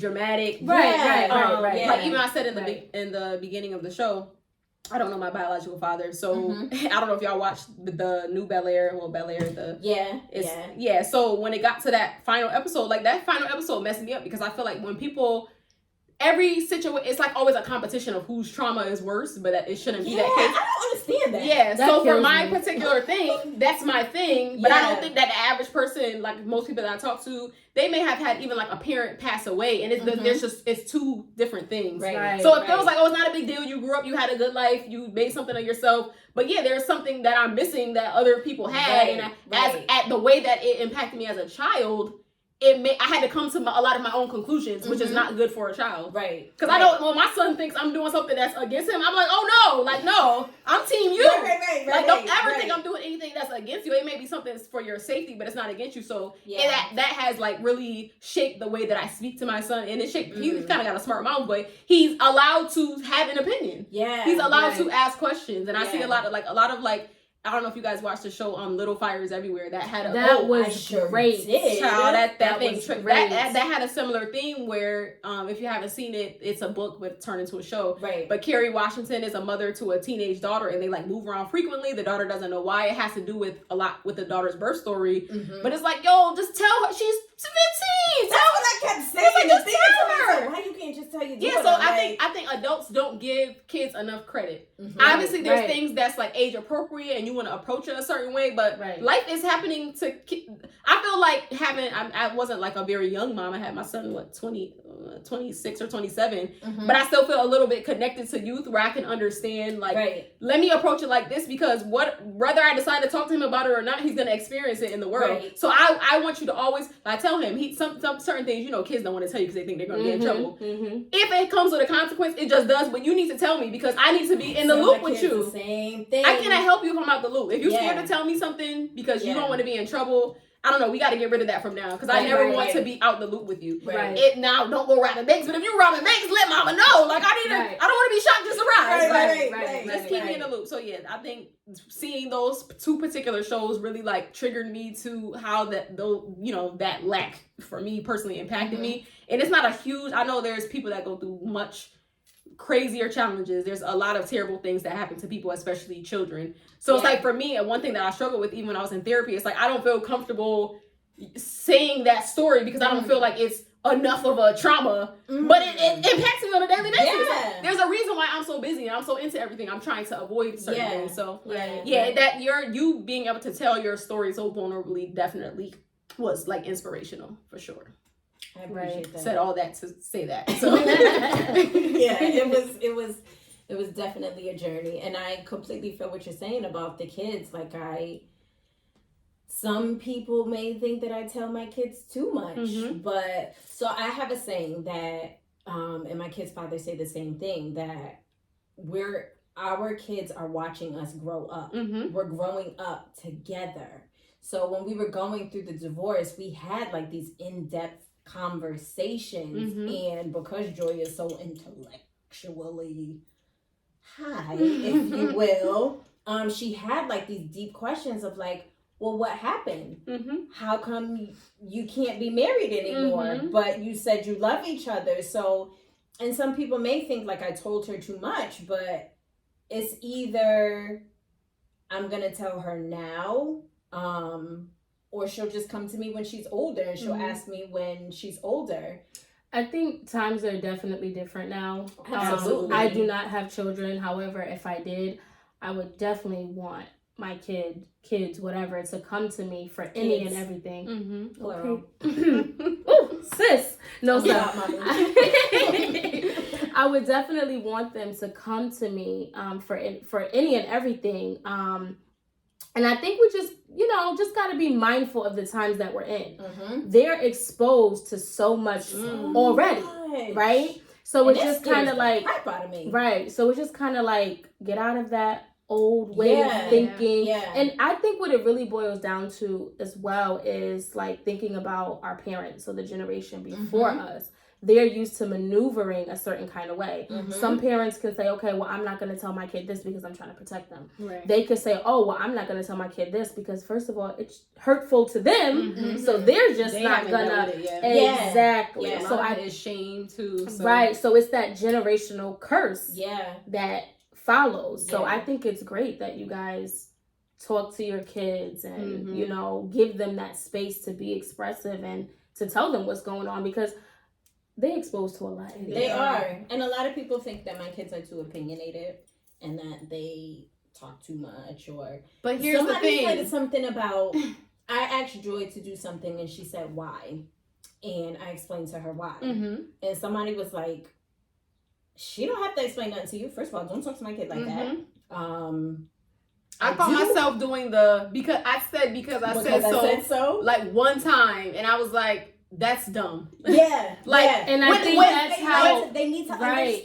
People approach the children like they're children. Of course, you want them to have a certain level of respect. But if I teach my son that someone tells you to do something and you just do it because they said so, that doesn't just. I can't say only do that for me though. That applies. I don't, like I said, self-awareness is key. And I can't really do followers. I don't want my child to be a follower. Right. I want you to understand why you're doing. I'm telling you to sit down for your safety, because if you do it again, your neck will break, and it's going to be an injury. So me explaining that is more impactful than saying because I said so. And I think we have to educate people on that. Mm-hmm. So even the people that we have around, and they may have, I don't have no kids, so I don't know how it feels. But if you guys are parenting your kids. Mm-hmm. And people are around and they have opinions about it, what have you, you can educate them. Mm-hmm. Well, we was raised to not ask why. Yeah. However, for my child, they need to know why because of A, B, C, and D. They're human just like us. Yeah. They need to know things. They're smart, what have you, however you want to explain it or whatever. But we're so stuck in that. Yeah. It's so ironic that people don't talk to kids that way because they want children to respect them, but you're not affording the child any respect. Yeah. Right. Like, I don't want my child to be an airhead. I want them to have an understanding. And now that I'm thinking about it, that creates, I don't want to say lack of confidence or self-esteem, but it could be. It does. Yeah. Okay, so if you're basically teaching your child to shut up. Yes, just stay in line. So that's how I'm looking at it. So if I teach you to stay in line, that's how you're going to present in the world. Right. Oh, they said I'm supposed to go to school and have $100,000 in debt. Okay, that's what they took. Because they said so. Let me just go ahead and do it. Because they said so. Right. On a deeper level, and I make sure that I have open conversations because this world is crazy and people are crazy. I will not teach my kids to be silent. Yeah, no. Because if somebody does something to you, I don't ever want them to think that I just have to take what somebody did something to me and I don't say something. Absolutely. Right. Ham sandwich. No. One of my sayings is, and I say it a lot, like when I'm putting like a hashtag and I have a picture of like my kids, I do not play when it comes to my kids. Mm-hmm. You talking about a mama bear? I don't play games at all. Mm-hmm. I just don't. Like, I don't. So I don't teach my kids to be silent. When they ask questions, I answer their questions because they're not asking to be smart or be fresh or rude. They literally want to know. They're asking because, like, why? I'm in the middle of learning something. Yeah, like, so people really be acting like kids know what's going on. Right. They don't know what's going on, and they're behaving like children. Like, it's like, dang, y'all ain't have no psychology classes growing up. She know what she doing. What? No, they don't. You have to teach. Oh, like, yeah, that's a whole nother topic. Right. It definitely is. But this has been such an amazing conversation today. This was so great. happy. Yes, I feel like I just like went to a therapy session. Yes, like you know that I always see it on Instagram, that reel. And it's like it'd be like a video of two girls and they be doing something stupid in a video and they be like, I don't need a best friend. I don't need a therapist. My best friend is my therapist. Like that's literally and then it's the person saying, no, you both need therapy. Right. Get into it soon. But no, it's true. Yeah, that's why I love podcasts, because conversations, hearing differing opinions and differing perspectives. This is why I say this is healing for me as well. Like it is so great. Yeah. So great. We appreciate you so much coming on to the show today. Absolutely. Just tell our listeners how they can follow you on IG, how they can get to your products. Okay, so let me give y'all the full rundown. I have my personal brand IG page, which is She's basically SHES basically. What you can expect there is there's no rhyme or reason. I'm at the point I don't care what Instagram got going on. I'm gonna post whatever I want. One day I'll be posting some food. Next day I don't know. I post a whole bunch of different stuff. So if you like that, come follow me. And I'm also under the same name on YouTube, which is a page I'm trying to grow. So definitely follow me on YouTube. YouTube is more like vlogs and entrepreneurship based stuff, but also girly stuff because I like girly stuff.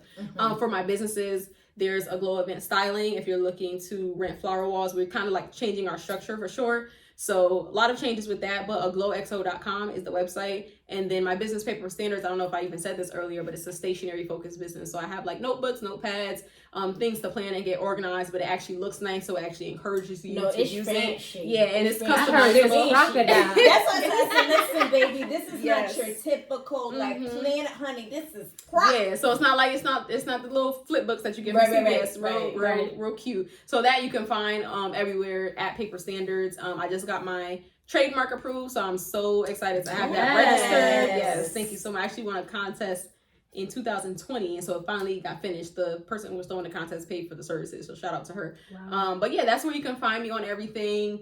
And I don't bite. Don't be scared. But don't be afraid of the unorthodox motivation. Yeah, but like I said, I only really activate it when people inquire. If you press the button, that's the response. Right. If you don't say nothing to me, I won't say nothing to you. I'll stay out your business. But if you start asking me stuff, then I'm gonna say it how I want to say it. But as far as like business and questions and things like that, like casual questions, I take all the time. Of course, I do try just for my mental health to separate if it's going to be like more intense. I do one-on-ones, and that's something that you can find in my Instagram bio. Definitely not a guru, not trying to be a business coach, not trying to sell nobody on nothing. But if you want to get information that I have and it's very detailed, it's best to just set up an appointment and we could go over whatever you want to go over. But other than that, I just want to thank you ladies. This was very fun. Like, of course I was going to do this podcast either way because it's Drea. She asked me to like, what time you need me to be there? But I really just enjoyed the different topics that you guys had prepared and how it kind of like veered off into the children's side. And definitely wishing you guys lots of success with this show because it sounds like it's something that people will be able to take value from every episode. So we appreciate that. We appreciate you for being here. Course. Yes. So there you have it. The beautiful Miss Shaylin. Thank you. Catch y'all next time.